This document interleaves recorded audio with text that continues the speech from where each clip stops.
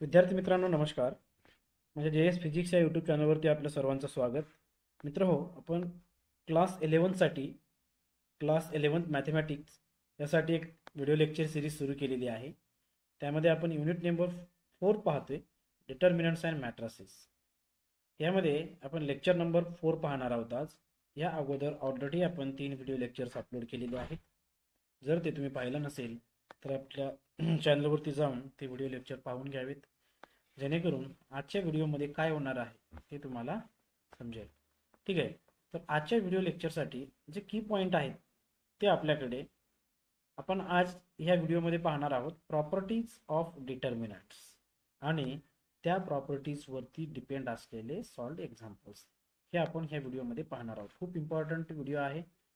आपण डिटर्मिनंटच्या सर्व प्रॉपर्टीज जे तुमच्या महाराष्ट्र बोर्डच्या बुकमध्ये दिलेले आहेत त्या सर्व प्रॉपर्टीज आपण ह्या ठिकाणी डिस्कस करणार आहोत वन बाय वन. चला तर मग आता बघा, ॲक्च्युली हा आपल्या महाराष्ट्र बोर्डमधील 4.2 नावाचा पॉईंट आहे, प्रॉपर्टीज ऑफ डिटर्मिनंट्स. ठीक आहे, त्यामध्ये मला वाटते टोटल 6 की 7 प्रॉपर्टीज आहेत. खूप इम्पॉर्टंट आणि इंटरेस्टिंग प्रॉपर्टीज आहेत, समजून घेण्याचा प्रयत्न करा. पहिली प्रॉपर्टी आहे, पहिली property, the value of determinant remain unchanged if its rows are turned into columns and columns are turned into rows. म्हणजे एखादा डिटर्मिनंट दिलेला आहे तुम्हाला, तर त्या डिटर्मिनंटचं समजा आपण रोचं इंटरचेंज केलं कॉलममध्ये किंवा कॉलमचं इंटरचेंज केलं रोमध्ये, तरी त्याची जी व्हॅल्यू आहे ती रिमेन्स अनचेंज्ड असते असं म्हटलेलं आहे. की एखादा एखादा डिटर्मिनंट दिलेला आहे तुम्हाला आणि त्याचं रोजचं आपण कॉलममध्ये इंटरचेंज केलं किंवा कॉलमचं रो मध्ये केलं तरी त्याच्या डिटर्मिनंटच्या व्हॅल्यूवरती काही फरक पडत नाही. ठीक आहे, तर ही प्रॉपर्टी आहे. आता आपण एक्झाम्पल बघूया याच्यामध्ये. ही आपण व्हेरीफाय तर करावं लागेल ना आपल्याला की बाबा कशा पद्धतीनं ते, जर आपण रोजचं कॉलम आणि कॉलमचं रो केलं तर ते करेक्ट येईल का हे आपल्याला व्हेरीफाय करायचं आहे. कन्सिडर करूया की एक डिटर्मिनंट डी दिलेला आहे तुम्हाला, त्याचे एलिमेंट्स आहेत A1 B1 C1, A2 B2 C2 आणि A3 B3 C3, असे टोटल 9 एलिमेंट्स आहेत. आता ह्याचं डिटर्मिनंट काढून घेऊया आपण. डिटर्मिनंट कसं काढायचं माहिती आहे तुम्हाला. A1 इंटू हे दोन, एक कॉलम आणि एक रो इरेज करा किंवा एलिमिनेट करा हे रिमेनिंग एलिमेंट. तशा पद्धतीने हे डिटर्मिनंट आपण सॉल्व्ह करून घेऊया. A1 in determinant B2 C2 B3 C3 minus B1 हे मायनस साइन असते. नंतर determinant A2 C2 A3 C3. या डिटर्मिनंट मध्ये तुम्ही त्या व्हॅल्यूज पाहत राहायचं आहे. Plus C1 in determinant A2 B2 A3 C3. ठीक आहे, आता हे मी बार बार सांगणार नाहीये कारण का ऑलरेडी आपण ह्याच्यावरती खूप डिस्कस केलेलं आहे. ठीक आहे, चला आता ह्याला जर सिम्प्लिफाय केलो आपण तर आपल्याला ह्या डिटर्मिनंटची व्हॅल्यू मिळेल मुलांना A1 इन ब्रॅकेट दिस, म्हणजे याचं क्रॉस मल्टिप्लिकेशन केलं आपण आणि त्याला एज ठेवून टाकलो आपण. हे बघा, हे अशा पद्धतीने तुम्हाला ह्या डिटर्मिनंटची व्हॅल्यू मिळाली. याला इक्वेशन नंबर 1 म्हणूया आपण. ठीक आहे, आता आपली प्रॉपर्टी काय म्हणते हो, जर आपण रोचं कॉलम केलं आणि कॉलमचं रो केलं तर डिटर्मिनंटची व्हॅल्यू सेम येते का हे बघायचं. आता आपण काय करूया, आता बघा ह्या डिटर्मिनंट मध्ये तुम्हाला हे 3 रोज आहेत, बरोबर आहे की नाही, R1 R2 R3, आणि हे 3 कॉलम आहेत, बरोबर आहे की नाही, C1 C2 C3. आता काय करू आपण, रोजचं कॉलम करूया आणि कॉलमचं रो करूया. चला काय होतं बघूया. आता त्या डिटर्मिनंटला मी काय करतोय, जे R1 आहे त्या R1 ला मी कॉलम मध्ये अरेंज केलेला आहे. R2 ला C2 कॉलम मध्ये अरेंज केलेला आहे आणि R3 ला C3 कॉलम मध्ये अरेंज केलेला आहे. ठीक आहे, जसं की या ठिकाणी बघा, हे बघा, हे हा फर्स्ट रो, ह्याला आपण फर्स्ट कॉलम बनवलं बघा, A1 B1 C1, बरोबर आहे की नाही. सिमिलरली दुसरा रो A2 B2 C2 ला आपण दुसरा कॉलम बनवला बघा, हे बघा A2 B2 C2, ठीक आहे, हे बघा हा वाला. आणि नंतर सिमिलरली A3 B3 C3 ला आपण थर्ड कॉलम बनवलं, ठीक आहे. आता ह्याला सॉल्व करूया. चला सेम तसंच ह्याची डिटर्मिनंटची व्हॅल्यू फाइंड आउट करा. A1 इंटू ह्या 4 व्हॅल्यूज मायनस A2 इंटू ह्या 4 व्हॅल्यूज, म्हणजे हे कुठं आहे, हे इथे, तर ह्या 4 व्हॅल्यूज. सिमिलरली A3 आणि हा डिटर्मिनंट, ठीक आहे. चला आता याला सॉल्व करा. काय येणार बघा, तर ह्या ठिकाणी हे A1 ला A1, नंतर ह्याचं क्रॉस मल्टिप्लिकेशन करा. B2 C3 minus C2 B3, हे बघा B2 C3 minus C2 B3, मायनसला minus A2, हे बघा मायनस A2. आता ह्याचं क्रॉस मल्टिप्लिकेशन करा. B1 C3 minus C1 B3 plus A3, हे बघा प्लस A3 इन ब्रॅकेट ह्याचं क्रॉस मल्टिप्लिकेशन करा. B1 C2 मायनस C1, ठीक आहे. पुढे आता काय करायचं मुलांना, ह्याला थोडं सिम्प्लिफाय करूया आपण. आता काय करायचं, हे बघा याला मी असं लिहू शकतो का बघा, हे बाबा हे A1 जे आहे, ह्या A1 ला A1 ठेवा, B2 C3 minus B3 C2 हे आयजरीच ठेवूया, minus A2 B1 C3 minus B3 C1. ह्याला थोडं मी इंटरचेंज केले, काही फरक पडत नाही, म्हणजे A इंटू बी किंवा B इंटू ए सेम आहे, काही प्रॉब्लेम नाही, मल्टिप्लिकेशन आहे दोन्हीमध्ये. हे का केलंय आपल्याला नंतर कळेल. A2 B1 C3 minus B3 C1 plus हे B1 C2 minus B2 C1, काही फरक पडत नाही आपण थोडंफार इंटरचेंज केलं तरी. पुढे आता काय करायचं मुलांनो, ह्या बाहेरच्या टर्मनी मध्ये ब्रॅकेटच्या पूर्ण टर्मला मल्टिप्लाय करायचं. ह्या A1 नी ह्या पूर्ण ब्रॅकेटला मल्टिप्लाय करा बरं. काय येणार, A1 B2 C3 minus A1 B3 C2, हे बघा ह्या A1 ने इथं पण मल्टिप्लाय केलं, इथं पण केलं, बरोबर आहे की नाही. पुढे फर्स्ट टर्म आपली झालेली आहे एवढी. आता ह्या मायनस A2 डी मध्ये मल्टिप्लाय करा. मायनस A2 B1 C3, आणि हे मायनस आणि हे मायनस प्लस झाले, नंतर प्लस झाले, आणि पुढे काय येणार हो, A2 B3 C1 प्लस. आता सिमिलरली ह्या A3 मध्ये मल्टिप्लाय करा. A3 B1 C2 minus A3 B2 C1, ठीक आहे, A3 B2 C1. पुढे आता ह्याला थोडं अजून रिअरेंज करूया आपण, जेणेकरून तुम्हाला ह्या ठिकाणी कन्फ्युजन होणार नाही. चला काय केलं आपण, हे बघा ह्या दोन टर्म मधून A1 कॉमन काढूया. मध्ये काय राहिलं, B2 C3 minus B3 C2, बरोबर आहे की नाही. परत ह्या दोन टर्म मधून B1 कॉमन काढूया. सॉरी असं नाही, एक मिनिट, हे बघा ह्या दोन टर्म मधून आपण A1 कॉमन काढलं, आपल्याला ही टर्म मिळाली, मायनस.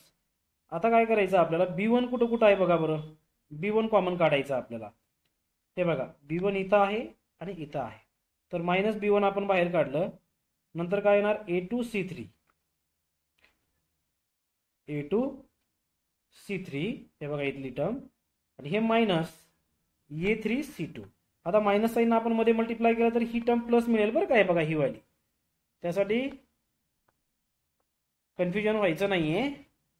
प्लस C1 कुठं कुठं आहे, इथं एक आहे आणि इथं एक आहे, बरोबर आहे की नाही. तर C1 इथून कॉमन काढूया, तर मध्ये उरलं A2 B3 minus A3 B2. ह्याला इक्वेशन नंबर सेकंड द्या मला.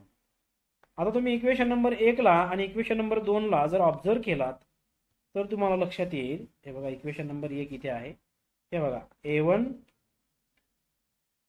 B2 C3 minus B3 C2 minus B1 A2 C3 minus A3 C2 आणि plus C1 A2 B3 minus A3 B2. जर तुम्ही ह्या इक्वेशनला आणि ह्या इक्वेशनला जर ऑब्झर्व केलात तर तुम्हाला लक्षात येईल की दोन्ही इक्वेशन काय आहेत, दोन्ही इक्वेशनची जी डिटर्मिनंटची व्हॅल्यू आहे ती सेम आहे. तर याच्यावरून आपण असं म्हणू शकतो का, the value of determinant D is equal to the value of determinant D1. बघा, आता तुम्ही हा कन्सेप्ट कुठेही अप्लाय करू शकता. समजा एखादा डिटर्मिनंट तुम्हाला दिलेला आहे आणि त्या डिटर्मिनंटची समजा व्हॅल्यू फाइंड आउट केली आणि परत त्याच डिटर्मिनंटचं रो आणि कॉलम इंटरचेंज केलं आणि त्या डिटर्मिनंटची व्हॅल्यू फाइंड आउट केली नवीन मिळालेल्या डिटर्मिनंटची, तर त्या दोन्ही डिटर्मिनंटची व्हॅल्यू सेम असते. एवढं पक्क लक्षात ठेवायचं. ठीक आहे. चला, आता या ठिकाणी एक्झाम्पल पण दिलेलं आहे. आपण एक्झाम्पल असं आहे मुलांना, एक डिटर्मिनंट दिले तुम्हाला ए, त्याचे एलिमेंट्स असे आहेत 1 2 -1 3 -1 2 0 2 1. ठीक आहे. आता याला सॉल्व्ह करा. पहिलेच त्याचं रो आणि कॉलम मध्ये इंटरचेंज करायचं नाही, पहिले ह्या डिटर्मिनंटची व्हॅल्यू काढून घ्यायची. तर आता मी डायरेक्ट काढणार आहे. ह्या ठिकाणी हे 1 इंटू, आता हे कुठं आहे बाबा, हे 1 इंटू 1 -1 इंटू 1 -1 -2 इंटू 2 4. ह्या दोन्हीमध्ये क्रॉस मल्टिप्लिकेशन केलं, मला ही टर्म मिळाली -2. आता हे कुठून येतंय हे बेसिक तुम्हाला ऑलरेडी माहिती आहे. प्लस मायनस प्लस, हे -2 नंतर बघा हे -2 कुठे आहे, इथे आहे फर्स्ट रो आणि सेकंड कॉलम मध्ये.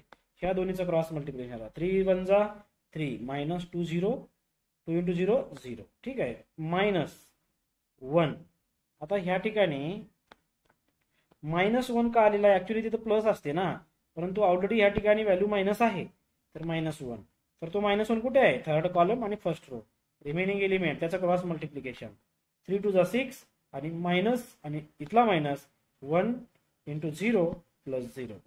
आता चला याला सॉल्व्ह करा. ह्याचं सिम्प्लिफिकेशन -5, हे -6 आणि हे -6. ठीक आहे. तर टोटल आपल्याला मिळालं -17. ठीक आहे. चला, ह्या डिटर्मिनंटची व्हॅल्यू आपण काढली -17. आता काय करूया, आता सेम तसं आता interchange rows and column of A, आपल्याला नवीन डिटर्मिनंट मिळेल. म्हणजे या डिटर्मिनंटचा आपल्याला रो आणि कॉलम मध्ये इंटरचेंज करायचं आहे. तर आपल्याला हा डिटर्मिनंट मिळाला. बघा आता कसं सिंपल आहे, या ठिकाणी जो रो आहे ना त्याला कॉलम करून टाका असा उभा. सिमिलरली हा दुसरा रो आहे त्याला कॉलम करून टाका असा उभा, आणि तिसरा रो त्याला सुद्धा असं कॉलम मध्ये लिहा. ठीक आहे. मी या ठिकाणी लिहिलंय बघा, दिसतंय का. ओके. आता ह्या डिटर्मिनंटची व्हॅल्यू फाइंड आउट करा. आपल्याला ए ची व्हॅल्यू किती मिळाली, -17. तर ह्या डिटर्मिनंटची व्हॅल्यू फाइंड आउट करा बरं, काय मिळते बघूया. सेम तसंच व्हिडिओला पॉज करा आणि सॉल्व्ह करा. काय येणार हो, हे 1 इंटू कुठे आहे तो, फर्स्ट रो फर्स्ट कॉलम, ह्या दोन्हीचं क्रॉस मल्टिप्लिकेशन इतकं मिळालं. नंतर प्लस सॉरी -3, हे बघा -3 आहे ना. नंतर -3 कुठे आहे, सेकंड रो फर्स्ट कॉलम, तर ह्या दोन्हीचं क्रॉस मल्टिप्लिकेशन हे मिळालं. नंतर 0 इंटू समथिंग, आता 0च येणार आहे पण आपण ह्या ठिकाणी टर्म लिहिलेली आहे बघा. हे बघा ह्या ठिकाणी आपण टर्म लिहिलेली आहे. ओके. पुढे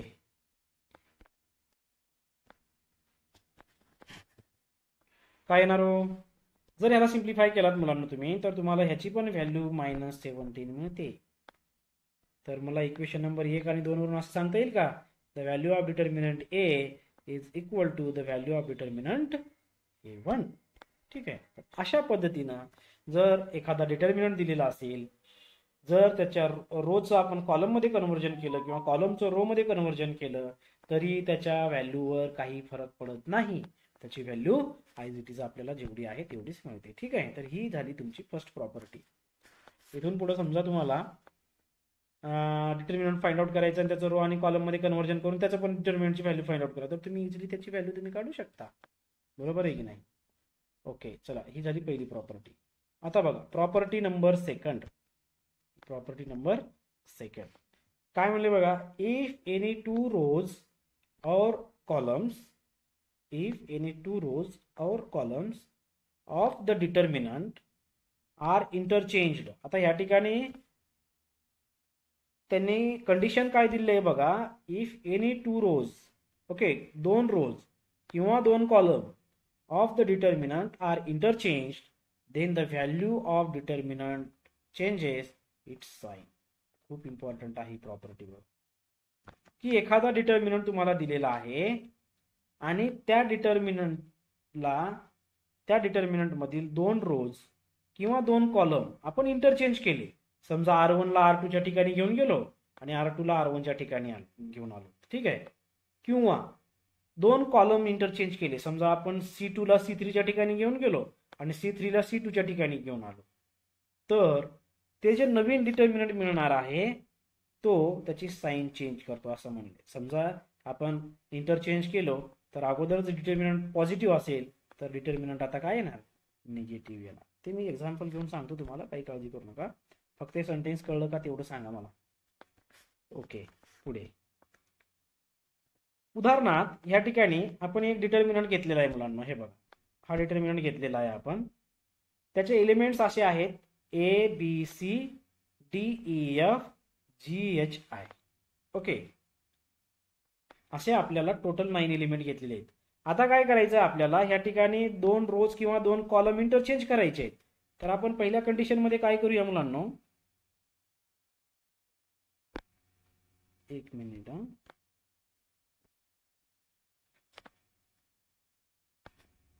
काय करायचं आपल्याला, ह्या 2 रो मध्ये इंटरचेंज करूया. आपण इंटरचेंज साठी हा सिम्बॉल यूज करतो बरं का. दोन्हीकडनं जर बाण दिसत असतील तर R1चं R2 मध्ये इंटरचेंज करायचं आणि R2चं R1 ला इंटरचेंज करायचं, असं त्याचा अर्थ होते. तर आता आपण या ठिकाणी 2 रोज चेंज करणार आहोत, R1चं R2 आणि R2चं R1. अशा पद्धतीने दोन्ही साईडने बाण दाखवले म्हणजे काय, R1 चेंजेस टू R2 आणि R2 चेंजेस टू R1. ठीक आहे. तर बघा आता ह्या ठिकाणी कशा पद्धतीने आपण ते चेंज करणार आहोत. या ठिकाणी केलंय बघा, R1 इंटरचेंज टू R2. तर आता हे R1, सॉरी एक मिनिट, हे कॉलम झालं ऍक्च्युली. हा R1 नावाचा रो आहे, ह्याला R2 च्या ठिकाणी घेऊन जाऊया आणि हा R2 नावाचा रो आहे त्याला R1 च्या ठिकाणी घेऊन येऊया, म्हणजे इंटरचेंज करूया दोन्हीमध्ये. तर बघा काय येणार आता आपलं, हे बघा R2 ला R1 च्या ठिकाणी घेऊन या, तर आपल्याला फर्स्ट रो मिळाला आता या ठिकाणी DEF, आणि R1 ला R2 च्या ठिकाणी घेऊन गेला ABC. ह्याच्यामध्ये काही चेंज केलंय का आपण, नाही, तर त्याला IGT लिहा. असं केलं तर काय करायचं, जर 2 रो किंवा 2 कॉलम जर इंटरचेंज केलो तर ह्या ठिकाणी ऑलवेज जो नवीन डिटर्मिनंट मिळतो त्याला मायनस साईनने मल्टिप्लाय करायचं. मग याची व्हॅल्यू जी येईल ती असू द्या, काही अडचण नाही, फक्त या ठिकाणी मायनस साईन विसरायचं नाही. ठीक आहे. त्याच पद्धतीने समजा आपण एखादा दुसरा डिटर्मिनंट घेतला B नावाचा, त्याचे एलिमेंट्स असे आहेत बघा, A1 B1 C1, A2 B2 C2, A3 B3 C3. बरोबर आहे की नाही. आता या ठिकाणी आपण काय करूया, कॉलम मध्ये चेंज करून बघूया. आपण आता 2 रो मध्ये केलं, आता 2 कॉलम मध्ये करूया. आपण C1 ला C2 च्या ठिकाणी घेऊन जाऊ आणि C2 ला C1 च्या ठिकाणी घेऊन जाऊया. तर काय येतं बघा, आता या ठिकाणी C1 आणि C2 कुठे आहे रे, हे बघा, हा तुमचा C1 नावाचा कॉलम आणि हा C2 नावाचा कॉलम. तर याला इकडे घेऊन या आणि याला तिकडे घेऊन जाऊया. तर तुम्हाला नवीन डिटर्मिनंट काय मिळालं बाबा, असा डिटर्मिनंट मिळेल ना. हे बघा, B1 B2 B3, A1 A2 A3, C1 C2 C3. अशा पद्धतीनं हे आपल्याला नवीन डिटर्मिनंट मिळालं B1 आणि त्याच्या समोर आपण या ठिकाणी निगेटिव्ह साईन लावलेला आहे. ठीक आहे. तर इतकी सोपी प्रॉपर्टी आहे ही. एवढं डोक्यात ठेवा, जर 2 कॉलम किंवा 2 रोज आपण जर इंटरचेंज केले तर जे नवीन डिटर्मिनंट मिळणार आहे मुलांना आपल्याला, त्या डिटर्मिनंटची व्हॅल्यू निगेटिव्ह येणार आहे. ठीक आहे. अशा पद्धतीने ही दुसऱ्या नंबरची प्रॉपर्टी आहे. ठीक आहे. चला आता तिसरी प्रॉपर्टी बघा. तिसरी प्रॉपर्टी काय म्हणते, इफ एनी 2 रोज और 2 columns, if any 2 rows or 2 columns of a determinant are identical, खूप इम्पॉर्टंट आहे, आयडेंटिकल मीन्स सेम असतील, then the value of determinant is 0. समजा एखादा डिटर्मिनंट दिलेला आहे आणि त्यामध्ये 2 कॉलम तुमचे समजा आयडेंटिकल आहेत किंवा 2 रोज आयडेंटिकल आहेत, तर तुम्ही डायरेक्टली त्याचा आन्सर सांगू शकता की ह्याचं जर डिटर्मिनंट आपण फाइंड आउट केलं तर त्याची व्हॅल्यू आपल्याला 0 मिळते. ओके. कसं, आता बघा, फॉर एक्झाम्पल ह्या ठिकाणी एक डिटर्मिनंट आपण घेतलेला आहे A इज इक्वल टू, त्याचे बघा एलिमेंट्स आहेत 1 2 3, पहिल्या रो मध्ये, दुसऱ्या रो मध्ये सुद्धा आपण 1 2 3 घेतलेले आहे आणि नंतर 4 5 6. जर तुम्ही ह्याला ऑब्झर्व केला पोरांनो तर हे फर्स्ट रो आणि सेकंड रो जे आहेत ते आयडेंटिकल आहेत. Identical means same. आता ह्याला सॉल्व्ह करत बसायची गरज नाही, डायरेक्ट हे बघा R1 is equal to R2 मी म्हणलेलं आहे या ठिकाणी. आता ह्याची डायरेक्ट डिटर्मिनंटची व्हॅल्यू लिहून टाका तुम्ही डोळे झाकून 0. ठीक आहे ना. किंवा आता या ठिकाणी समजा 2 कॉलम आयडेंटिकल असते, त्याला सॉल्व्ह करायचं नाही, डायरेक्ट त्याच्या डिटर्मिनंटची व्हॅल्यू किती येणार? 0 येणार. जर तुम्ही ह्या डिटर्मिनंटला मुलांना जर सॉल्व्ह केलात तरीही तुम्हाला याची व्हॅल्यू 0च मिळते. तुम्ही स्वतः करून बघू शकता. प्रॉपर्टी इतकी इम्पॉर्टंट आहे बघा. जर 2 रोज किंवा 2 कॉलम जर आयडेंटिकल असतील ना तर त्याच्या डिटर्मिनंटची व्हॅल्यू 0 येते असं त्यांनी म्हटलेलं आहे. बरोबर आहे की नाही? तुम्ही करून बघू शकता, काही प्रॉब्लेम नाहीये. चला नेक्स्ट प्रॉपर्टी पाहूया. Property number 4. प्रॉपर्टी नंबर 4 काय म्हणते बघा. If each element of row or column, if each element of row or column of determinant is multiplied by a constant, समजा constant value k आहे समजा, then the value of new determinant is k times the value of given determinant. खूप important property आहे बघा. काय म्हणले त्यांनी की बाबा प्रत्येक एलिमेंट कशाचा, रोचा असो किंवा कॉलमचा असो, जर त्या एलिमेंटला आपण एखाद्या कॉन्स्टंट नंबर के नी मल्टिप्लाय केलो तर जे नवीन डिटर्मिनंट मिळणार आहे त्याची व्हॅल्यू केच्या पटीमध्ये असते म्हणले. K times the given value of determinant. ठीक आहे, गिवन व्हॅल्यू ऑफ डिटर्मिनंट. जसं की आता या ठिकाणी एक मिनिट,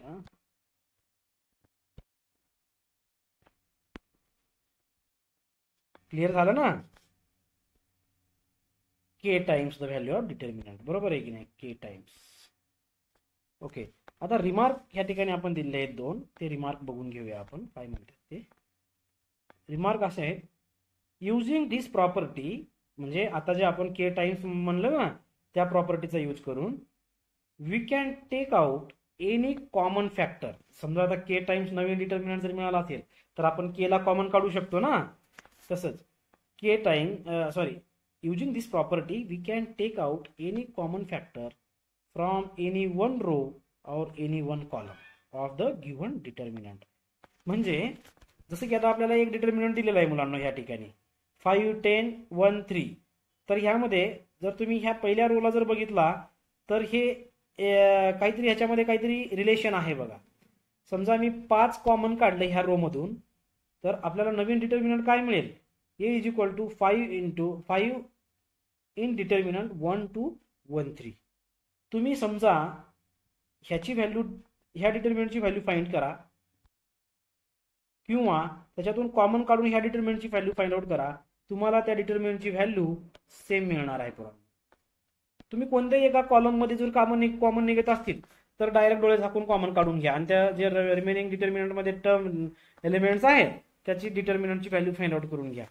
किंवा तुम्ही डायरेक्ट जरी केला तरी चालेल. आता ह्या प्रॉपर्टीचा यूज करून आपण जर केलं, जर कॉमन फॅक्टर त्याच्यामध्ये एखादा निघत असेल तर डायरेक्ट काढून घ्यायचं कोणत्याही एका रो मधून किंवा एका कॉलम मधून आणि त्याला सिम्प्लिफाय केल्यानंतर ओरिजिनल डिटर्मिनंटचे आणि आपण त्याला कॉमन काढल्यानंतर जे नवीन डिटर्मिनंट मिळाले त्याची व्हॅल्यू आपल्याला सेम मिळते. ठीक आहे. चला दुसरं रिमार्क काय याच्यामध्ये बघूया. 2 नंबरचा remark. if corresponding elements of any two rows, हे बघा, if corresponding elements of any two rows or columns of determinant are proportional. समजा 2 एलिमेंट करस्पॉन्डिंग एलिमेंट्स बरं का, रोचे किंवा कॉलमचे, जर प्रपोर्शनल मध्ये असतील किंवा सेम रेशो मध्ये असतील then the value of determinant is 0. इथं शब्द खूप इम्पॉर्टंट आहे बघा. 2 रो म्हणले, 2 रो किंवा 2 कॉलम जर ह्याच्यामध्ये काहीतरी आयडेंटिकल असेल तर, जसं की आता फॉर एक्झाम्पल या ठिकाणी एक डिटर्मिनंट दिलेला आहे. या प्रॉपर्टीचा खूप यूज आहे बरं का. पुढं आपल्याला या प्रॉपर्टीचा यूज करून आपल्याला क्वेश्चन सॉल्व्ह करायचे आहेत, त्यासाठी या ठिकाणी समजून घ्या. आता बघा या ठिकाणी एक डिटर्मिनंट दिलेला आहे आपल्याला ए नावाचा. त्याचे एलिमेंट्स कसे आहेत बाबा? 1 2 3 5 10 15 2 3 5. आता जर तुम्ही ह्या ठिकाणी जर बघितला मुलांनो, रो R1 आणि R2 ह्याच्यामध्ये काहीतरी रिलेशन आहे. काय की समजा मी ह्या दुसऱ्या रो मधून जर 5 कॉमन काढले 5 कॉमन काढले, आपण काढू शकतो युजिंग प्रॉपर्टी. 5 कॉमन काढले तर ह्या ठिकाणी काय उरणार बघा, हे 5 कॉमन काढले तर इथं 1 उरला, इथं 2, इथं 3. आता तुम्ही फर्स्ट रो आणि सेकंड रो जर पाहिलात तर हे दोन्ही रोज आयडेंटिकल आहेत. आणि तुम्हाला माहिती आहे की 2 रोज जर आयडेंटिकल असतील तर त्याच्या डिटर्मिनंटची व्हॅल्यू 0 मिळते. ओके, इतकं सोपं आहे. आता एक्झाम्पलमध्ये तुम्हाला जर प्रॉब्लेममध्ये जर असं दिसलं तुम्ही इझिली ते रिलेशन्स पाहून त्याच्या डिटर्मिनंटची व्हॅल्यू तुम्ही फाइंड आउट करू शकता. ठीक आहे, चला नेक्स्ट प्रॉपर्टी नंबर 5. काय म्हणले बघा यांनी आता, if each element of a row or column is expressed as the sum of two numbers, then the determinant can be expressed as sum of two determinants. म्हणजे एखादा डिटर्मिनंट असं दिलेला आहे तुम्हाला, त्यामधला एखादा रो किंवा कॉलम हे असं 2 नंबरचं सम तुम्हाला दिलेली आहे एका डिटर्मिनंट मध्ये, तर त्याला आपल्याला 2 डिटर्मिनंट्स मध्ये कन्वर्ट करता येते. उदाहरणार्थ ह्या ठिकाणी खाली एक्झाम्पल दिलेला आहे बघा. समजा हा एक्झाम्पल तुम्हाला दिलेला आहे, एक डिटर्मिनंट आहे, यामध्ये एका रो मध्ये तुम्हाला असं दिलेलं आहे 2 नंबरची ऍडिशन दिली बघा. बरोबर आहे की नाही, 2 नंबरची ऍडिशन दिलेली आहे. ते म्हणले ना, each element of a 2 rows or column is expressed as sum of 2 numbers. हे बघा 2 नंबरची ऍडिशन दिलेली आहे. तर त्याला आपण कसं एक्सप्रेस करू शकतो, 2 डिटर्मिनंटच्या फॉर्म मध्ये. कसं, आता बघा ह्या ठिकाणी पहिल्या रो मध्ये 2 एलिमेंट आहेत, a1 plus x1, b1 plus y1, c1 plus z1. तर त्याला असं लिहून घ्यायचं मुलांना, जसं की आता बघा याच्यामधला पहिला एलिमेंट, हे बघा हे पहिले एलिमेंट इथं लिहून घ्या, a1 b1 c1, आणि दुसरा रो आणि तिसरा रो आयजीटीज लिहा. प्लस हे बघा प्लस, आता रिमेनिंग एलिमेंट कोणते आहे त्याच्यामध्ये, x1 y1 z1. हे बघा x1 y1 z1, आणि रिमेनिंग 2 एलिमेंट्स आयजीटीज लिहून टाका. तर एका डिटर्मिनंटला आपल्याला असं 2 डिटर्मिनंट मध्ये कन्व्हर्जन करता येतं त्याचं. ठीक आहे ना, हे बघा ह्या डिटर्मिनंटचा आपण अशा 2 डिटर्मिनंट मध्ये. आता ह्या डिटर्मिनंटची व्हॅल्यू फाइंड आउट करा, ह्या डिटर्मिनंटची व्हॅल्यू फाइंड आउट करा, आणि दोन्हीची बेरीज करून टाका, तुम्हाला ह्या डिटर्मिनंटचा आन्सर मिळून जाईल. ठीक आहे ना, एकदम इझी आहे. ओके, चला प्रॉपर्टी नंबर 5 समजले. पुढची प्रॉपर्टी बघूया, प्रॉपर्टी नंबर 6. आता ही प्रॉपर्टी जरा इम्पॉर्टंट आहे आणि जरा कन्फ्युजन होऊ शकते विद्यार्थ्यांना, पण तरी पण आपण समजून घेण्याचा प्रयत्न करूया. काय म्हणले बघा, property number 6. If a constant multiple of all elements of any rows or column is added to the corresponding elements of any other row or column, then the value of new determinant so obtained is the same as that of original determinant. त्यांनी काय म्हणले पोरांनो, आता तुम्हाला सांगतो. या ठिकाणी समजा एखादा R1 नावाचा एलिमेंट आहे, R1 नावाचा एलिमेंट आहे, त्या R1 नावाच्या एलिमेंट मध्ये तोच स्वतः एलिमेंट प्लस त्याच एलिमेंट मध्ये किंवा दुसऱ्या, एक मिनिट कन्फ्युजन नको.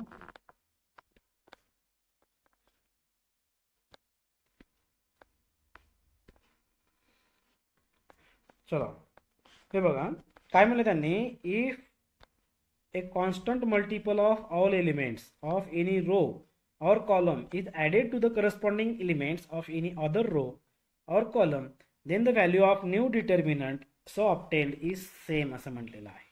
जसं की आता उदाहरणादाखल आपण समजून घेऊया. आता या ठिकाणी बघा एक्झाम्पल असं आहे. आता बघा कन्सिडर करूया की आपल्याला एक डिटर्मिनंट दिलेला आहे a. ठीक आहे, ए डिटर्मिनंट काय आहे, a1 b1 c1, a2 b2 c2 आणि a3 b3 c3 असा आहे. आता समजा आपण R1 एलिमेंट मध्ये चेंजेस केले. कसं चेंजेस केले, R1 plus k times R3.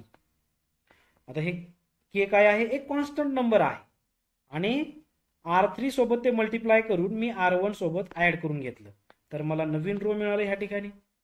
तर काय होईल बघूया, समजा आता ह्या ठिकाणी आपण हे रिलेशन यूज केलो तर आपल्याला नवीन डिटर्मिनंट काय मिळेल हो. आता R1 मध्ये चेंज करतोय ना आपण, तर बघा A1 प्लस के टाइम्स A3, नंतर B1 plus k time B3 plus C1 plus k time C3. म्हणजे R1चं पहिलं एलिमेंट काय आहे या ठिकाणी, R1चं काय आहे बघा या ठिकाणी मी सांगतो तुम्हाला. समजा आपण R1 मध्ये चेंजेस करतोय ना, तर R1चं पहिलं एलिमेंट A1 प्लस आपण कितीने मल्टिप्लाय करतोय, एक कॉन्स्टंट नंबर केनी, आणि R3 किती आहे, A3 आहे ना, तर आपल्याला फर्स्ट एलिमेंट काय मिळालं, A1 plus k time A3. Similarly समजा आपण इथं चेंज केला आता B1 plus k time R3 किती आहे, V3, तर या ठिकाणी लिहिले बघा. आणि सिमिलरली त्याच पद्धतीने आता काय करायचं, जे रिमेनिंग रोज आहेत त्याला आयजीडीज लिहून घेऊया. आता जर ह्या डिटर्मिनंटला तुम्ही सिम्प्लिफाय केला पोरांनो, या डिटर्मिनंटला जर तुम्ही सिम्प्लिफाय केला तर तुम्हाला ए ची जितकी व्हॅल्यू मिळेल तितकीच A1 डिटर्मिनंटची व्हॅल्यू मिळणार. ओके, ही प्रॉपर्टी आहे. ठीक आहे, तुम्ही हे व्हेरीफाय करू शकता. आता आपण त्यावर आधारित, त्या प्रॉपर्टीवरती आधारित आपण एक एक्झाम्पल घेतलंय जेणेकरून तुम्हाला आता हे एकदम क्लिअरच होणार आहे बघा मुलांना.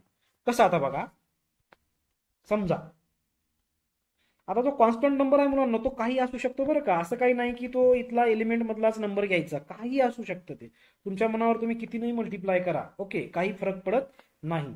जसं की आता तुम्हाला एखादा डिटर्मिनंट दिलाय बी नावाचा, हा, आता ह्या डिटर्मिनंटला जर सॉल्व्ह केलं पोरांनो तर तुम्हाला ह्याची व्हॅल्यू मिळते -8. कसं सॉल्व्ह करायचं ते तुम्ही पॉज करून बघू शकता, एकदम सोपं आहे. तर ह्याची व्हॅल्यू तुम्हाला मिळाली -8. आता काय करूया, हाच बी जो डिटर्मिनंट आहे त्या बी डिटर्मिनंटला ह्या ठिकाणी आपण लिहून घेऊ अशा पद्धतीने, परत लिहून घेऊया. त्याचे एलिमेंट आहेत 1 2 3 -1 2 0 1 2 1 असे आहेत. आता आपण R1 मध्ये चेंजेस करायचे आहेत आपल्याला. R1 मध्ये आपण काय करूया, R1 ला चेंज करू R1 प्लस 2 टाइम्स R2. तुम्ही कोणत्याही रोला ऍड किंवा सबट्रॅक्ट करू शकता बरं का. आता मी 2 जे नंबर घेतलो, हा 2 काय आहे, के ची व्हॅल्यू आहे, आणि तुम्ही के ची व्हॅल्यू कितीही घेऊ शकता, असं काही नाही. ठीक आहे, आता समजा आपण चेंजेस करूया. मी काय करतोय, R1 ला R1 प्लस 2 R2 असं घेतोय. तर बघा आता कसं करायचं, हा R1 आहे, हा R2 आहे, आणि हा वाला R3 आहे. समजा R1 मधला मी फर्स्ट एलिमेंट घेतला, हे बघा R1 1 प्लस 2 टाइम्स, हे 2 कॉन्स्टंट आहे, आणि R2 ची व्हॅल्यू किती आहे, -1. याला जर सिम्प्लिफाय केला तर तुम्हाला या ठिकाणी हे बघा मी लिहिले 1 प्लस 2 इंटू -1. सिमिलरली दुसऱ्या एलिमेंटसाठी R1 किती आहे, 2 प्लस 2 आपला कॉन्स्टंट नंबर इंटू R2 किती आहे, 2. तर आपल्याला हे बघा 2 इंटू 2 प्लस 2 इंटू 2. सिमिलरली तिसरा एलिमेंट 3 प्लस 2 इंटू 0. अशा पद्धतीने तुम्हाला हे फाइंड आउट करायचं आहे. पुढे द रिमेनिंग जे रोज आहेत ते आयजीडीज लिहून घ्या. आयजीडीज लिहून घेऊया. कसं, हे बघा या ठिकाणी लिहिले आपण -1 2 0 1 2 1. ह्याला जर सिम्प्लिफाय केलं पोरांना आपण, तर आपल्याला नवीन डिटर्मिनंट मिळेल B1 नावाचा, आणि त्याचे एलिमेंट्स असे असणार आहेत -1 6 3 -1 2 0 1 2 1 असे एलिमेंट्स असतील. आता ह्याला जर तुम्ही सॉल्व्ह केलात, ह्या डिटर्मिनंटची व्हॅल्यू फाइंड आउट केली, तर तुम्हाला याची व्हॅल्यू किंवा याचा आन्सर मिळते मुलांनो -8.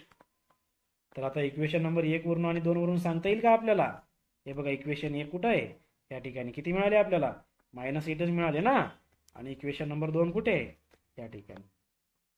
तर इक्वेशन नंबर 2 वरून आपल्याला असं सांगता येईल, किंवा इक्वेशन 1 आणि 2 वरून आपल्याला असं सांगता येईल, the value of determinant B and B1, म्हणजे आपण चेंज केलेला B1 नावाचा, या दोन्हीची व्हॅल्यू आपल्याला सेम मिळते. बघा किती इम्पॉर्टंट प्रॉपर्टी आहे. ओके, आणि आपण हे बऱ्याच ठिकाणी आता पुढं यूज पण करणार आहोत. ठीक आहे, तर त्यासाठी समजून घ्यायचं आहे.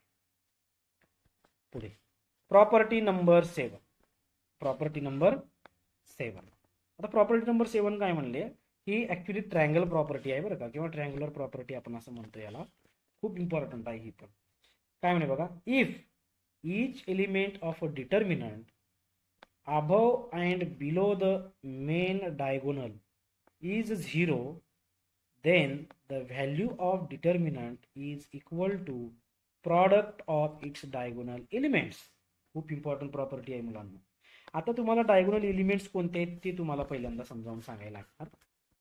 आता बघा त्यांनी काय म्हणले बघा, जर एखाद्या डिटर्मिनंट मध्ये डायगोनल एलिमेंटच्या अबव किंवा बिलो जर एलिमेंट 0 असतील तर त्या डिटर्मिनंटची जी व्हॅल्यू आहे ना ती त्या डायगोनलच्या प्रॉडक्ट इतकी असते. त्याला सॉल्व्ह करायची गरज नाही आहे. जर ही प्रॉपर्टी तुम्हाला माहित असेल तर तुम्हाला इझिली फाइंड आउट करता येईल. आता ह्याच्यामध्ये डायगोनल एलिमेंट्स कोणते आहेत तुम्हाला सांगतो. हे बघा, आता हे 3/3 चा डिटर्मिनंट आहे, बरोबर आहे की नाही. हे बघा, हे जे एलिमेंट्स आहेत ना ह्याला आपण मेन डायगोनल एलिमेंट असं म्हणतो बरं का. हे बघा, हे वाले हे जे एलिमेंट्स आहेत ना ह्याला आपण मेन डायगोनल एलिमेंट्स असं म्हणतो. आता ह्या डायगोनल एलिमेंटच्या खालच्या साईडला बिलो जर सगळ्या डिटर्मिनंट मध्ये जे एलिमेंट्स आहेत त्याच्या व्हॅल्यू जर 0 असतील किंवा ह्या डायगोनल एलिमेंटच्या वर, हे बघा ह्या डायगोनल एलिमेंटच्या वर जर डिटर्मिनंट मधल्या एलिमेंटची व्हॅल्यू जर 0 असेल तर त्या डिटर्मिनंटची व्हॅल्यू त्याच्या डायगोनल एलिमेंटच्या प्रॉडक्ट इतकी असते असं म्हणलेलं आहे. बघा आता A1 B2 C3, तर या ठिकाणी बघा A1 B2 C3 आपण असं केलेलं आहे. याला ट्रायंगल प्रॉपर्टी का म्हणतो आपण, तर हे बघा या ठिकाणी एक ट्रायंगल तयार होतोय का, म्हणून त्याला आपण ट्रायंगल प्रॉपर्टी सुद्धा म्हणतो. जर तुम्हाला असं डिटर्मिनंट दिसलं मुलांना, जर डायगोनल एलिमेंटच्या खाली सगळे, हे बघा इथला एक 0, कुठला 0 तुम्हाला सांगतो, हा एक 0, हा एक 0 आणि हा एक 0, किंवा हा एक 0, हा एक 0, हा एक 0 अप्पर साईडला जर असं 0 असतील तर डायरेक्ट त्या 3 एलिमेंट जे डायगोनलचे दिले आहेत त्याचा गुणाकार करून टाका, तुम्हाला डायरेक्ट त्या डिटर्मिनंटची व्हॅल्यू मिळून जाईल. फॉर एक्झाम्पल आपण ह्या ठिकाणी दिलेला आहे बघा, हे बघा एक्झाम्पल काय दिलेलं आहे, A इज इक्वल टू 1 2 3 0 5 6 0 0 3. आता ह्या ठिकाणी डायगोनल एलिमेंट कोणते आहेत, हो हे 3, बरोबर आहे की नाही. आता ह्याच्या बिलो जर तुम्ही बघितलात मुलांना तर सगळे एलिमेंट 0 आहेत. जर असं असतील तर आपल्याला माहिती आहे प्रॉपर्टी की डायगोनल एलिमेंटचा सरळ सरळ गुणाकार करून टाका, तुम्हाला डिटर्मिनंटची व्हॅल्यू मिळून जाईल. तर किती आलं, 1 × 5 × 3, तर 5 3 जा 15 × 1 इज 15. हे तुमचं आन्सर. एवढं सोपं आहे एका लाईन मध्ये, ठीक आहे. अशा पद्धतीने मुलांना आपण या व्हिडिओ लेक्चर मध्ये, एक मिनिट, 7 प्रॉपर्टीज आपण बघितलेल्या आहेत. टोटल किती बघितलेल्या आहेत, 7 प्रॉपर्टीज आपण बघितलेल्या आहेत. खूप इम्पॉर्टंट प्रॉपर्टीज आहेत, विथ एक्झाम्पल आपण ह्या ठिकाणी पाहिलेलं आहे. तुम्ही ह्याला व्यवस्थित समजून घ्यायचं आहे, ठीक आहे ना. ओके, चला आता ह्याच्यावर आधारित ह्या ज्या प्रॉपर्टीज झालेल्या आहेत आपल्या, त्या प्रॉपर्टीज वरती आधारित काही क्वेश्चन्स आहेत, काही प्रॉब्लेम्स आहेत. हे तुमच्या बुकमध्ये सॉल्व्हमध्ये दिलेलं आहे तुम्हाला, तरी पण आपण ह्या ठिकाणी ते डिस्कस करणार आहोत कशा पद्धतीने आलेलं आहे. तुम्ही जर तुमचं बुक ओपन करून पाहिलात तर तुम्हाला हे सर्व एक्झाम्पल्स त्या ठिकाणी बघायला मिळतील. तरी पण आपण ह्या ठिकाणी ते सॉल्व्ह करणार आहोत. ओके, चला पाहूया. त्यांनी काय म्हणले बघा, आता show that this determinant is equal to 0. हे बघा, हे डिटर्मिनंट दिलेलं आहे, इज इक्वल टू 0 तुम्हाला दाखवायचं आहे. म्हणजे आता ह्या डिटर्मिनंटची व्हॅल्यू 0 येते असं म्हणले त्यांनी, ते तुम्हाला शो करायचं आहे युजिंग प्रॉपर्टी. ओके, आता ह्या प्रॉपर्टीचा यूज करून आपल्याला करायचं आहे. आता हे आपण गाढव काम नाही करायचं आपल्याला, ह्याला सॉल्व्ह करा, हे क्रॉस मल्टिप्लिकेशन करा वगैरे वगैरे, आणि त्याच्यावरून तुम्ही त्या डिटर्मिनंटची व्हॅल्यू 0 काढा. येऊन जाईल 100% येऊन जाईल. जर तुम्ही ह्याचं डिटर्मिनंट लॉंग पद्धतीने जर तुम्ही फाइंड आउट केलात तर तुम्हाला ह्या डिटर्मिनंटची व्हॅल्यू 0 मिळेल, 100% मिळेल. परंतु आपल्याला प्रॉपर्टीचा यूज करायचा आहे. आता बघा, लक्षपूर्वक ऐका. आता आपण ह्या प्रॉब्लेमची किंवा ह्या इक्वेशनची LHS ची बाजू घेऊया. आपण लेफ्ट हँड साईडची बाजू घेऊ. तर लेफ्ट हँड साईड काय आहे, ही वाली आहे, ठीक आहे. आता ह्याला काय करता येईल मागच्या प्रॉपर्टीचा यूज करून, जेणेकरून आपल्याला ह्या ठिकाणी ह्याचं डिटर्मिनंट 0 करता येईल. एक प्रॉपर्टी आठवते का मुलांना तुम्हाला, काय की जर एखाद्या डिटर्मिनंट मध्ये 2 रोज किंवा 2 कॉलम जर आयडेंटिकल असेल तर त्याची व्हॅल्यू 0 असते. तर आता आपण काय करूया, ह्या डिटर्मिनंट मध्ये 2 रोज आयडेंटिकल बनवायचे प्रयत्न करूया. आपण कोणते बनवू शकतील बघा. आता काही ऑपरेशन करूया आपण, त्याच्यामध्ये ऑपरेशन करून आपल्याला ते बनवता येईल का ते पाहूया. चला पुढे. आता बघा मी R1 ला असं लिहू शकतो का मुलांना, हे R1 नावाचा जो रो आहे त्या R1ला R1 मधून R2 वजा करू शकतो का बघा. एक मिनिट हा, या ठिकाणी थोडंसं मिस्टेक झालेलं आहे. इथं ऍक्च्युली R3 असायला पाहिजे. इथं R1 मधून R3 वजा करायचा आपल्याला बघा. हे R1 R2 R3. तर R1 मधून आपल्याला R3 वजा करायचं आहे. तर काय येतं बघूया आपण. हे मी का करतोय तुम्हाला पुढे कळून जाईल, डोंट वरी. R1 मधून R3 वजा करा. हे बघा काय करायचं तुम्हाला सांगतो. हे R1 आहे, हे R3 आहे, बरोबर आहे की नाही. तर ह्या R1 मधून हे R3 वजा करायचं. सिमिलरली ह्या एलिमेंट मधून हा एलिमेंट वजा करायचं, ह्या एलिमेंट मधून हा एलिमेंट वजा करायचं. का करतोय तुम्हाला लक्षात येईल.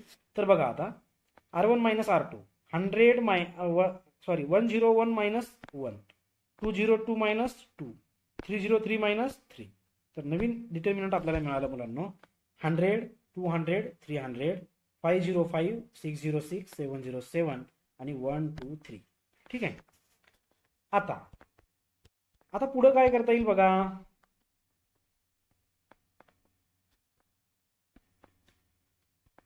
पुढे काय करता येईल, जर तुम्ही ह्या डिटर्मिनंटला व्यवस्थित ऑब्झर्व केला तर ह्यामध्ये हा जो फर्स्ट रो दिसतोय ना, हा एका प्रपोर्शन मध्ये आहे किंवा एका रेशिओ मध्ये आहे. जर मी ह्या तिन्ही फर्स्ट रो मधून जर मी 100 कॉमन काढले, 100 कॉमन निघू शकतात का बघा. याच्यातून 100 याच्यातून 100 याच्यातून 100, तर उरलं काय बघा. या ठिकाणी मी 100 कॉमन काढलं तर मध्ये काय उरलं 1 2 3. हे आयजीटीच लिहा 505 606 707 आणि हा थर्ड रो 1 2 3. आता तुम्ही जर ह्या डिटर्मिनंटला जर व्यवस्थित ऑब्झर्व केलात पोरांनो, तर ह्या ठिकाणी दोन रोज आयडेंटिकल आहेत. आणि तुम्हाला माहिती आहे की आयडेंटिकल जर रो असतील एखाद्या डिटर्मिनंटमध्ये तर त्या डिटर्मिनंटची व्हॅल्यू 0 असते, बरोबर आहे की नाही, युजिंग प्रॉपर्टी. तर बघा हे 100ला 100 आपण कॉमन काढलेलं आणि ह्या डिटर्मिनंटची व्हॅल्यू काय येणार आता 0 येणार. सरळ सरळ लिहून टाकायचं.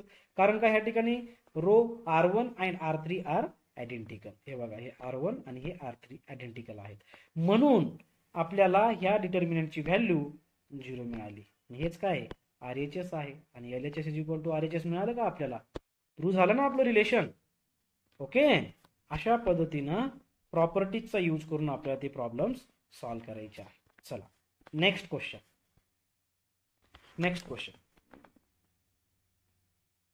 सेम तसाच क्वेश्चन आहे मुलांना, सेम तसाच आहे. काय करता येईल.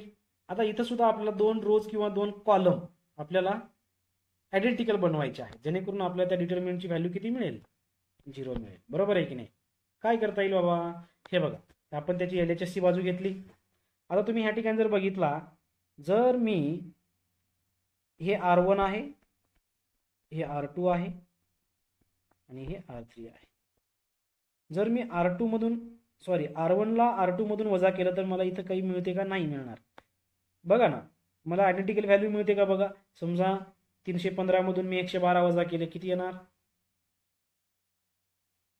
315 मधून 312 वजा केले तर किती येणार 3. 313 मधून 316 वजा केले किंवा 316 मधून 313 वजा केले किती मिळणार 3. आणि 317 मधून 314 वजा केले किती मिळणार 3. ओके. अरे जमते ना, हे पण चालेल ना आपल्याला, काही प्रॉब्लेम नाही, कसंही करू शकता तुम्ही. समजा आता R2 ला आपण चेंज करूया किंवा R3 ला चेंज करूया आपण. काय 318 मधून 315 गेले 3, 319 मधून 316 गेले 3, 320 मधून 317 गेले 3. आता R1 आणि R3 आयडेंटिकल झाले का, त्याचं डिटर्मिनंटची व्हॅल्यू काय मिळणार 0 मिळणार, बरोबर आहे की नाही. तुम्ही तसंही करून बघू शकता, परंतु मी ह्या ठिकाणी वेगळ्या पद्धतीने सॉल्व्ह केलेला आहे. मी कॉलम मध्ये ऑपरेशन केलेले आहेत, मी काय केले C3 ला चेंज केलोय. पहिल्यांदा मी C3 ला चेंज केलो. C3 कुठे आहे, हा वाला, हा C1 C2 आणि हे C3. C3 ला काय चेंज केलं माहिती आहे, C3 मधून C2 वजा केलो मी. C3 मधून C2 वजा केलं. कसं केलं बघा. आता C3 काय आहे हो 314 आणि C2 किती आहे 313. 314 मायनस 313 1. C3 ला चेंज करतोय बरं का आपण. सिमिलरली इथं बघा C3 minus C2 317 minus 316 1. Similarly 320 minus 319 1, बरोबर. तर आपण थर्ड कॉलम आपला मिळाला, त्याच्यामध्ये अनॅलिटिकल नंबर्स मिळाले आपल्याला 1 1 1. ठीक आहे. सिमिलरली जर मी आता C2 ला चेंज केलो, C2 ला चेंज करायचे कशामधून आता वजा करायला लागणार बघा, तिथं सुद्धा आपल्याला 1 1 मिळेल. तुम्ही जर व्यवस्थित ऑब्झर्व केला तर कुठं हे बघा, C2 ला चेंज करा, C2 मायनस C1 करूया. हे बघा, हे C2 हे C1, 313 मायनस 312 1, 316 मायनस 315 1, 319 मायनस 318 1. आता बघा, जर तुम्ही ह्याला व्यवस्थित ऑब्झर्व केला तर आपल्याला 2 कॉलम ह्या ठिकाणी आयडेंटिकल मिळत आहेत. तुम्हाला माहिती आहे एखाद्या डिटर्मिनंट मध्ये जर 2 रोज किंवा 2 कॉलम आयडेंटिकल असतील तर त्या डिटर्मिनंटची व्हॅल्यू आपल्याला 0 मिळते. बघा किती प्रॉपर्टीचा उपयोग आहे या ठिकाणी. या ठिकाणी लिहिलंय मी C2 and C3 are identical. ठीक आहे ना. C2 and C3 are identical. तर प्रूव्ह झालं का आपलं रिलेशन. हे बघा इज इक्वल टू RHS. अशा पद्धतीने तुम्हाला एकदम इझी क्वेश्चन्स आहेत जर प्रॉपर्टीज व्यवस्थित तुम्हाला जर माहिती असतील तर. ठीक आहे. त्यानंतर आपण एक्झाम्पल नंबर 2 पाहणार आहोत. यामध्ये सॉल्ट मधलाच आहे. अजून किती क्वेश्चन्स आहेत बघायला लागणार. ओके, 2 क्वेश्चन आहेत अजून सॉल्ट मधले, ते आपण घेऊन टाकूया जेणेकरून आपल्याला पूर्ण जे मटेरियल आहे ते एकत्र मिळेल. यानंतर आपण या प्रॉपर्टीज वरती आधारित जी एक्झरसाइज आहे ती एक्झरसाइज आपण सॉल्व्ह करणार आहोत. ठीक आहे. नेक्स्ट व्हिडिओमध्ये मी ते सॉल्व्ह करण्याचा प्रयत्न करेन. व्हिडिओ जरा लेंदी होतोय परंतु ह्या सगळ्या गोष्टी याच्यामध्ये कव्हर करणं गरजेचं आहे मुलांना. जर याला असं तुकड्यामध्ये जर मी केलं तर तुम्हाला ते समजणार नाही. ठीक आहे. त्यासाठी थेअरी लगेच सॉल्व्ड एक्झाम्पल आणि एक व्हिडिओ लेक्चर आपण एक्झरसाइज वरती बनवतोय. अशा पद्धतीची आपली आपण स्टेप बाय स्टेप जाणार आहोत. ठीक आहे. चला, तर या ठिकाणी आता एक क्वेश्चन दिलेला आहे तुम्हाला एक्झाम्पल नंबर 2 मध्ये. प्रूव्ह दॅट, हा डिटर्मिनंट दिले तुम्हाला, त्याचे एलिमेंट्स आहेत 1ABC 1BCA 1CAB. ठीक आहे. इज इक्वल टू, त्याला शो करायचं आहे अशा पद्धतीने काय, 1AA² 1BB² 1CC², अशा पद्धतीने. ठीक आहे. चला मग सॉल्व्ह करूया आपण. खूप इझी आहे क्वेश्चन. थोडं प्रॉपर्टीजचा यूज ह्या ठिकाणी तुम्हाला करता आलं पाहिजे. आता ह्याचं LHS बाजू घेऊ आपण. LHS इज इक्वल टू, आपण ही टर्म ह्या ठिकाणी घेतलेली आहे.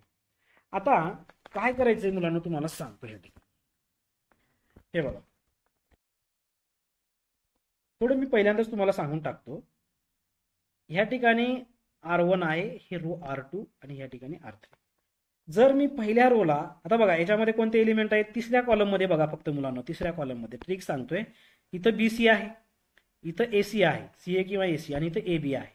जर मी फर्स्ट रोला इथं कोणता ऑप्शन आहे हो, इथं A ऑप्शन आहे. जर मी फर्स्ट रोला A न मल्टिप्लाय केलो तर मला ह्या ठिकाणी ABC मिळेल. सेकंड रोला समजा मी इथं ऑप्शन कोणता आहे, B ऑप्शन आहे ना, तर मी B न मल्टिप्लाय केलं तर मला ह्या ठिकाणी सुद्धा ABC मिळेल. सिमिलरली थर्ड रोला जर मी ह्या ठिकाणी C न मल्टिप्लाय केलं तर मला ह्या ठिकाणी सुद्धा ABC मिळेल. आणि या ABC ला आपण कॉमन काढू शकतो. कसं, आता बघूया आपण 1 बाय. चला, ते का करतोय तुम्हाला लक्षात येईल. हे बघा, पहिल्यांदा आपण R1 ला चेंज करू. हा R1 ला आपण कशाने मल्टिप्लाय करतोय, A न मल्टिप्लाय करतोय. ह्या पूर्ण रोला A न मल्टिप्लाय करतोय. तर आपल्याला फर्स्ट रो काय मिळेल बघा बरं. ह्या A ना आपण R1 ला मल्टिप्लाय केलो तर 1 इंटू A इंटू A² आणि A into BC ABC. Clear, first row झालं.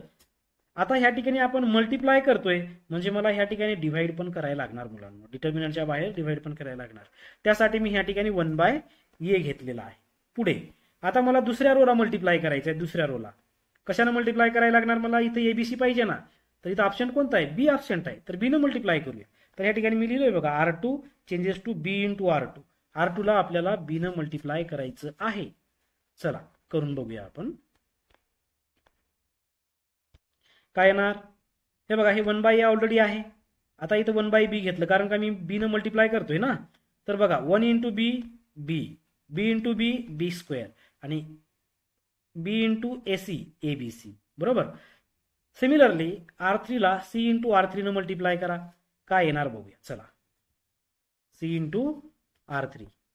तर या ठिकाणी 1/A 1/B 1/C ॲज राहील, कारण का आपण मध्ये मल्टिप्लाय करतोय म्हणजे बाहेर सुद्धा आपल्याला डिव्हाइड करायला लागणार.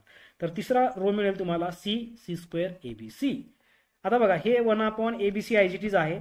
आता ह्या ठिकाणी तुम्ही थर्ड कॉलम मध्ये जर बघितला तर ABC तुम्हाला दिसतंय का, तर त्या ABC ला आपण कॉमन काढू शकतो ह्या ठिकाणी. तर कॉमन काढलं, मध्ये काय उरलं बघा. आता A² 1, B² 1, C² 1. ओके, आणि ABC आणि ABC गेट कॅन्सल. ठीक आहे, पुढे. तर आपल्याला मिळालं का आता नवीन आपल्याला डिटर्मिनंट काय मिळाला, A² 1, B² 1, C² 1. ठीक आहे, ओके. पुढे पाहूया आता. C² 1. परंतु मुलांनो, आपल्याला काय पाहिजे, आपल्याला मिळाले हे. एक मिनिट हा, जरा व्यवस्थित ऑब्झर्व करा, क्वेश्चन खूप इम्पॉर्टंट आहे. आपल्याला व्हॅल्यू मिळालेली आहे ही कोणती, ही वाली, ही व्हॅल्यू मिळाली. परंतु आपल्या प्रूफ मध्ये तुम्हाला काय शो करायचं आहे, 1A² 1B² B 1 सॉरी ह्या ठिकाणी आहे ना 1AA², हे बघा 1AA² 1BB² 1C². परंतु आपल्याला ह्या ठिकाणी मिळालेली आहे व्हॅल्यू A² 1 BB² 1 C² 1. आपल्याला हा कॉलम जो आहे तो 1 ला पाहिजे आणि पहिला कॉलम जे आहे ते तिसऱ्याला पाहिजे. म्हणजे या ठिकाणी आपल्याला इंटरचेंज करायला लागणार. चला मग करूया. आता बघा,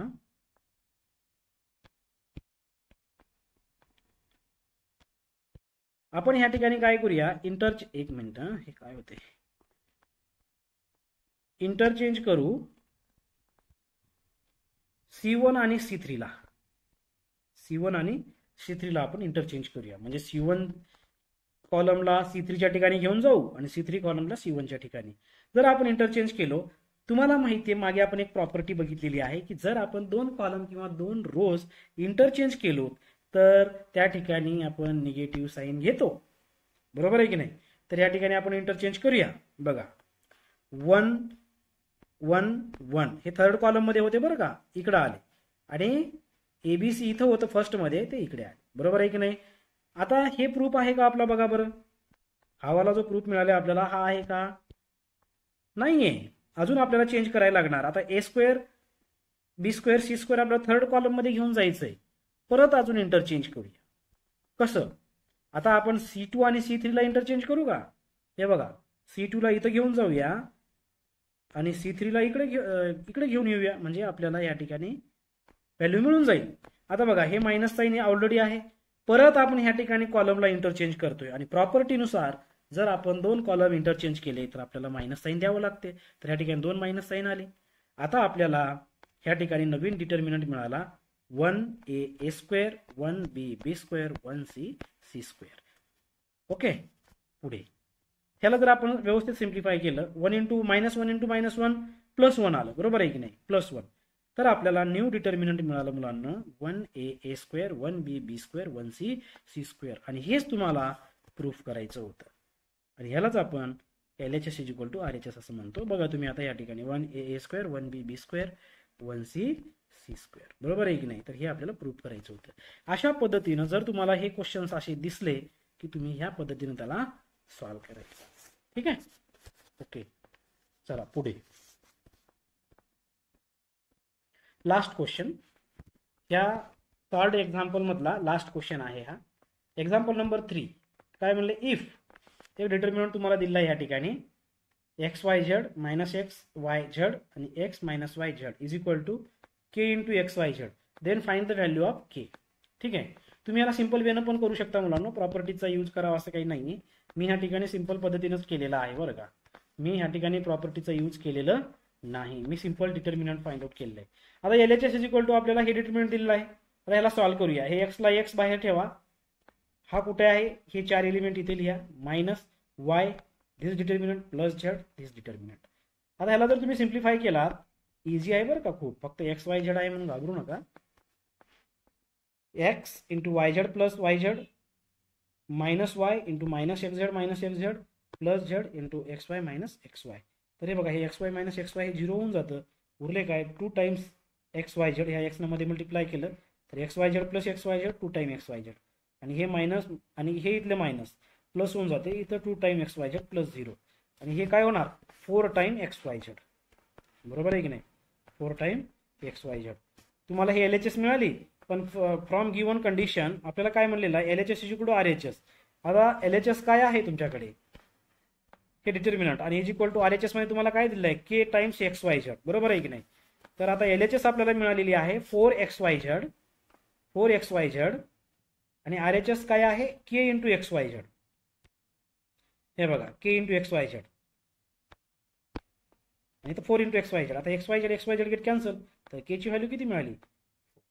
तर अशा पद्धतीनं आपण आजचं व्हिडिओ लेक्चर आपण ह्यामध्ये आता थांबणार आहोत आपण. आणि यामध्ये आपण काय काय पाहिले बघा, टोटल 7 प्रॉपर्टीज, त्याचबरोबर त्या प्रॉपर्टीजवरती डिपेंड असलेले सॉर्ट एक्झाम्पल्स आपण ह्या व्हिडिओ लेक्चरमध्ये पाहिलेले आहेत. आता नेक्स्ट व्हिडिओ लेक्चरमध्ये आपण ह्या प्रॉपर्टीजवरती जी डिपेंड असलेली एक्झरसाइज आहे, एक्झरसाइज 4.1, ती आपण पाहणार आहोत ह्या व्हिडिओ लेक्चरमध्ये. बस एवढंच. व्हिडिओ जर आवडला असेल तर व्हिडिओला लाईक करा, चॅनलला सबस्क्राईब करा, आणि बेल आयकनला प्रेस करायचं विसरू नका, जेणेकरून तुम्हाला वेळोवेळी नोटिफिकेशन मिळेल. आणि जितकं होईल तितकं विद्यार्थ्यांना आपल्या चॅनलला शेअर करायचा प्रयत्न करा तुमच्या मित्रांपर्यंत. आणि माझ्यासोबत जॉईन राहत चला कंटिन्यू. तुम्हाला मॅथमॅटिक्समध्ये कुठल्याच प्रकारची अडचण येऊ देणार नाही याची खात्री देतो. आणि आजच्या व्हिडिओमध्ये बस एवढंच. थांबूया आपण. थँक्यू.